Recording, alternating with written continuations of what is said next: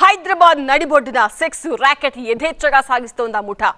Direction అంతా Bangkok నుంచి, అమలు జూబ్లీ హిల్స్ నుంచి.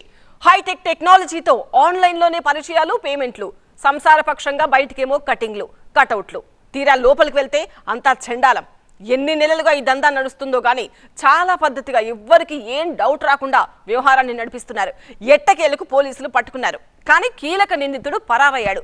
వాడి కోసం ఇప్పుడు సెర్చ్ ఆపరేషన్ ముమ్మరమైంది. ఇంతకీ సిటీ సెంటర్లో ఇంత యథేచ్ఛగా వ్యభిచారం దందా ఎలా నిర్వహిస్తున్నారు?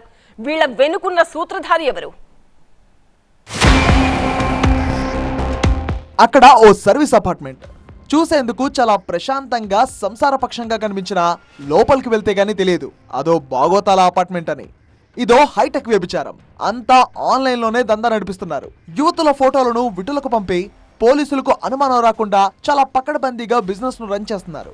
గుట్టురట్టు కాకుండా ఎంతో పద్ధతిగా సాగుతున్న సెక్స్ రాకెట్ ను పోలీసులు ఎంతో చాకచక్యంగా చిక్పెట్టారు. థాయిలాండ్, బంగ్లాదేశ్ నుంచి యువతులను రప్పించి వ్యభిచారాన్ని చాలా కూల్ గా నడుపుతున్నాడు నాయక్ అనే వ్యక్తి.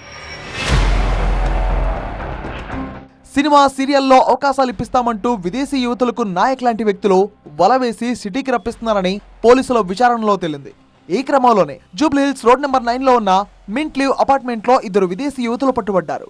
గత డిసెంబర్లో అక్రమంగా సరిహద్దు దాటి వచ్చిన బంగ్లా యువతి డిసెంబర్లో ట్రావెల్ వీసాతో స్నేహితుడి కోసం చెన్నై మీదుగా హైదరాబాద్ కు వచ్చిన థాయిలాండ్ యువతితో వ్యవహారం నడిపిస్తున్నాడు నాయక్.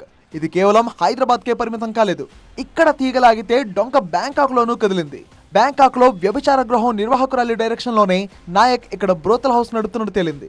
బెంగళూరులో కూడా కొంతమంది నిర్వాహకులతో నాయక్ పరిచయాలు ఉన్నట్టుగా తెలుస్తుంది. అంతేకాకుండా వాళ్ళకి ఫోన్ చేసి విదేశీ యువతలకు సంబంధించి ఈ విధంగా హైదరాబాద్కి షూటింగ్ పేరుతో తీసుకురావడం, ఆ తర్వాత కస్టమర్లకి ఈ యువతలకు సంబంధించి చెప్పి ఆ తర్వాత ఈ దందానంతా కూడా నడిపిస్తున్నాడు అనేది ప్రాథమికంగా పోలీసులు చెప్తున్నటువంటి పరిస్థితి.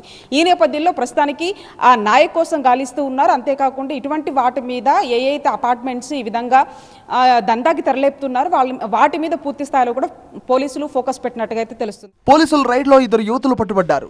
ప్రస్తుతం నాయక్ పరారీలో ఉన్నాడు. ఇదో ఇంటర్నేషనల్ సెక్స్ రాకెట్. నాయక్ ను పట్టుకుంటే ఇందులోని పెద్ద తలకాయల పేర్లు కూడా బయటపడే అవకాశం ఉంది.